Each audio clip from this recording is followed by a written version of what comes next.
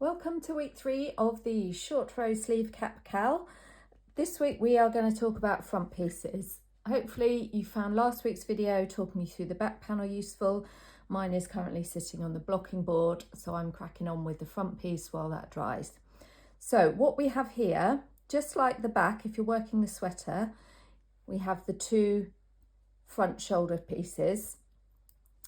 This starts exactly the same as the back does for the sweater. If you're working the cardigan, you're going to have similar but different shaped pieces, but you're obviously going to keep them as two separate panels. Few things to note about these front panels. So the tails I've left here aren't as long as the tails that I've left on the back, because you only need one long tail to seam the shoulder pieces.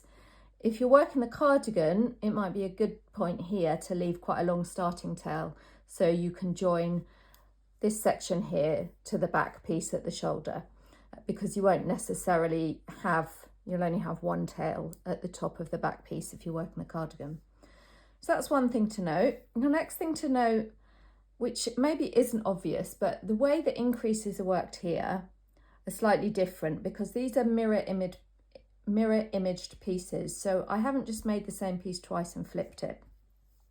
One of them, say you're working rows this way, will increase at this side of the row and have straight sides here. One of them will increase at this side of the row and straight sides here. So this one has increases at the ends of the row, this one at the beginnings of the row.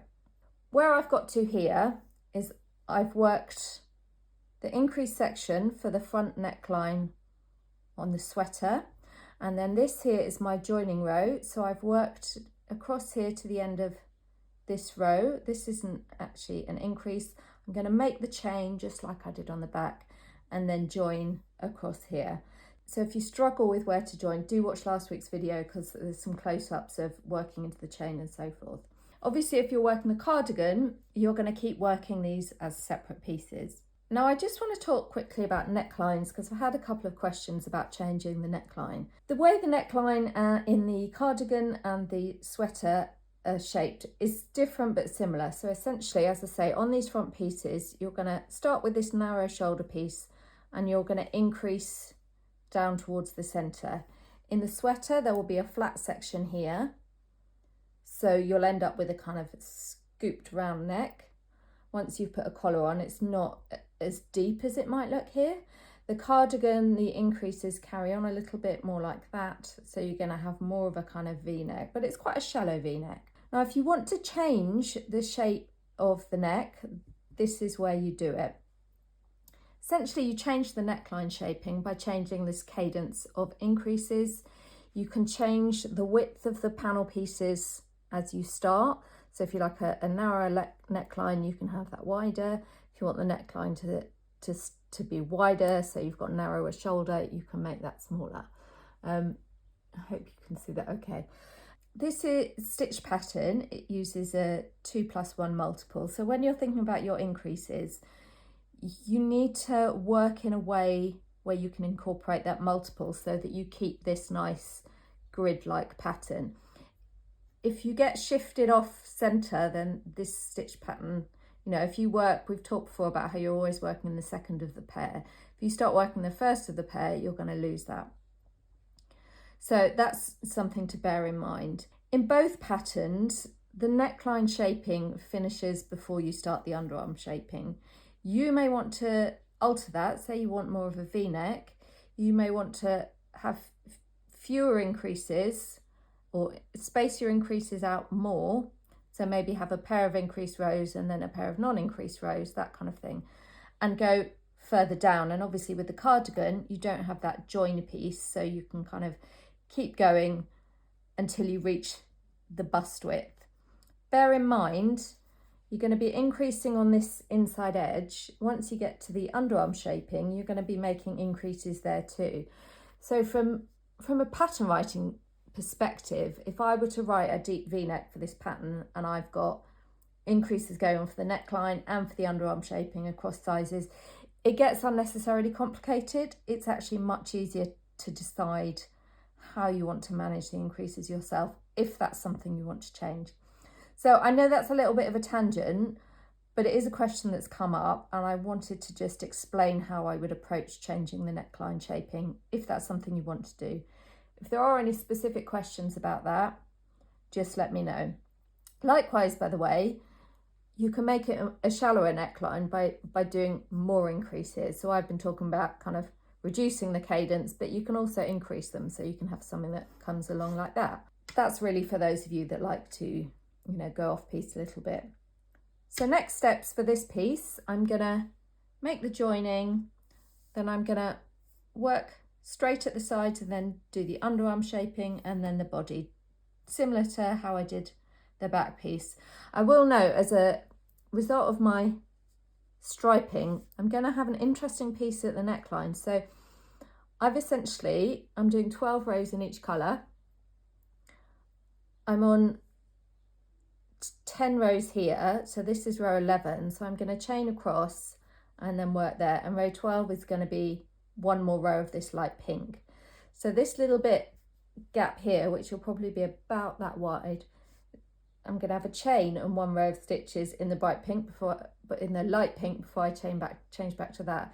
And then my bright pink that I mentioned right at the start, this is what I'm saving for the neckline. So I'm just going to end up with a very fine pink stripe there. So time will tell what that looks like, if it looks slightly ludicrous or not. But the reason I mention it is just to bear in mind if you are having that kind of set colour scheme. I obviously didn't think ahead when I was thinking about my multiples about the neckline shaping. So if that's something that you like to have advanced control of, then do think about it.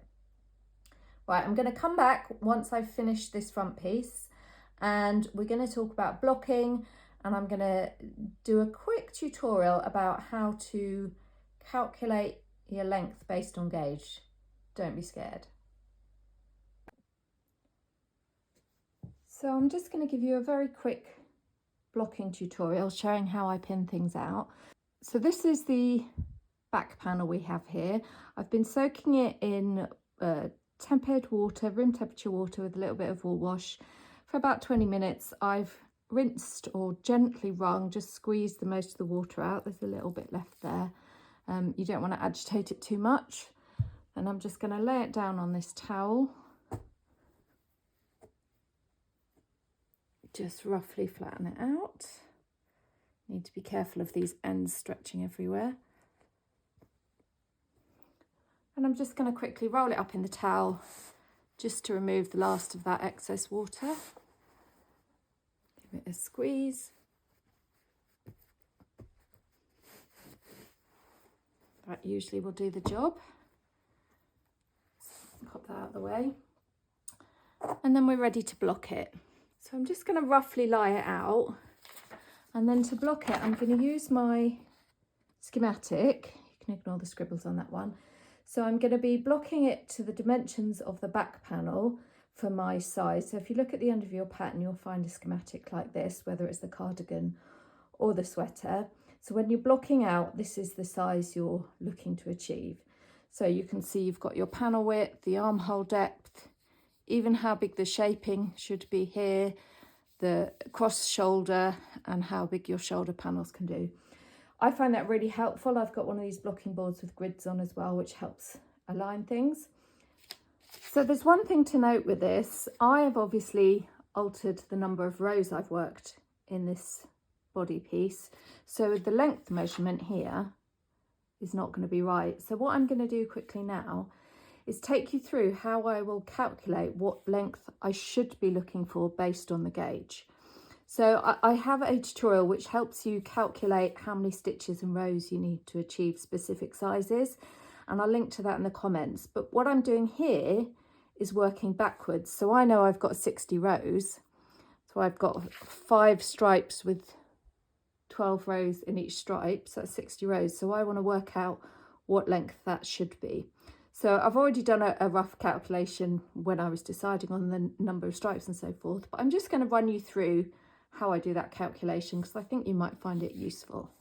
So I've made some notes here. So our row gauge is 16 rows in 10 centimetres, which means there's 1.6 rows in 1 centimetre. Now this is the reason I like to use centimetres, not inches. I find working with base 10, which is what this is, more precise, more intuitive for me, but you can do the same calculations with inches if you prefer. So I've got 1.6 rows is 1 centimetre. So I know I've got 60 rows, so the question I want to answer is how many centimetres is that? And to find out, we just do 60 divided by 1.6. So if this works on my little calculator watch thing, so 60 divided by 1.6, which gives us 37.5 centimetres. So that is how long my body panel should be from the top to bottom when I block it. So let me zoom you out. I haven't measured it yet. I'm going to do it and we'll see how far off I am. I think this might be a bit long. Let's have a look. So, look at that. So I don't know if you can see there. So that is currently 34.5. Phew. Now, as I said, this stretches out a lot across the rows. So it means I've got to gain 3 centimetres in length with blocking, which in this stitch pattern is very simple to do. So I'm going to go ahead and pin this out using, I can now write on my schematic that the length I'm looking for is 37.5, and it will be the same for the front panel because I'm going to have the same number of rows. That is quite a short sweater, but remember I'm going to add a hem at the end, and cropped is what I was looking for. Once I've blocked the front and back panels and pinned them together, I will try it on and just double check that I'm roughly happy with the length. It's actually quite easy to add length to this construction. It's harder to remove it. So I've kind of erred on caution, knowing that if I need to, I can add some more rows, or I can extend the length of the hem if I want to. So lots of options there. Now when I start blocking, just to give you a quick tip, and I've got a piece like this that I need to get lots of dimensions right, I tend to pin some of the basic dimensions kind of aside next to it. So here we've just discovered I want a 37.5 metre length. So let's take that down to here. So that's going to be here. So I'm just going to pop some pins around the kind of basic area that I want, and then when I start blocking, I know where I'm going. Generally, when you're blocking, I kind of start in the middle and spread it out like this. This measurement here is really useful as well, because this shape, underarm shaping, because obviously you've got the back width, which is going to be less than this, so it's easier to measure that short width, and you can pop another pin kind of around there, which, so in this it's 3 centimetres, so I know that I want my shoulder shaping to start 3 centimetres in, which is here. So that might be a good pin to start with. You want to get all these ends out of the way. I'm not going to lie, it's a fiddly process, but it's worth it. Right, I'm going to go ahead and pin it all out now.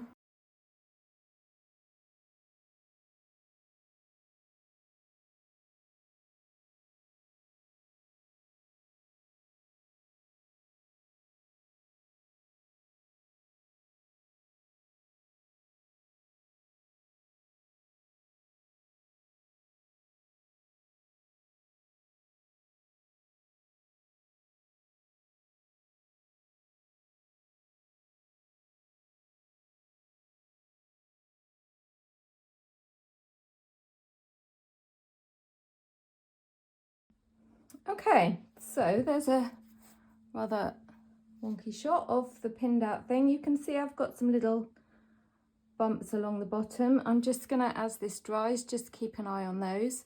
When you're pinning, I always pin halfway between the other pins, so I can add some more. The more pins you add, the less you'll get these little bumps. But because I know this is really, I should have mentioned this at the start, but this is a preliminary block for this pattern. Basically, I'm going to block it now, and I'm going to block the front when that's finished. so that the two pieces I'm seaming are aligned. It makes seaming a lot easier. It means when I try the bodice on, I will get an idea of the finished size and the finished fit. Once I've joined it all together, added the sleeves, added the hem and the collar, all that stuff, then I will probably give it another block. So I'm happy with that. I'm going to leave it to dry and carry on with making my front piece, and I'll show you an update of that momentarily. So I've finished my front panel. Quick PSA, I found an error in the pattern. Essentially this section here, so after the neckline shaping finishes and before the underarm shaping begins, there was an error in the row count here, so I've corrected it now. You want to make sure you're working with a file, a pattern file, which is 1.1 or later. If you have the file that ends 1.0, you'll need an update.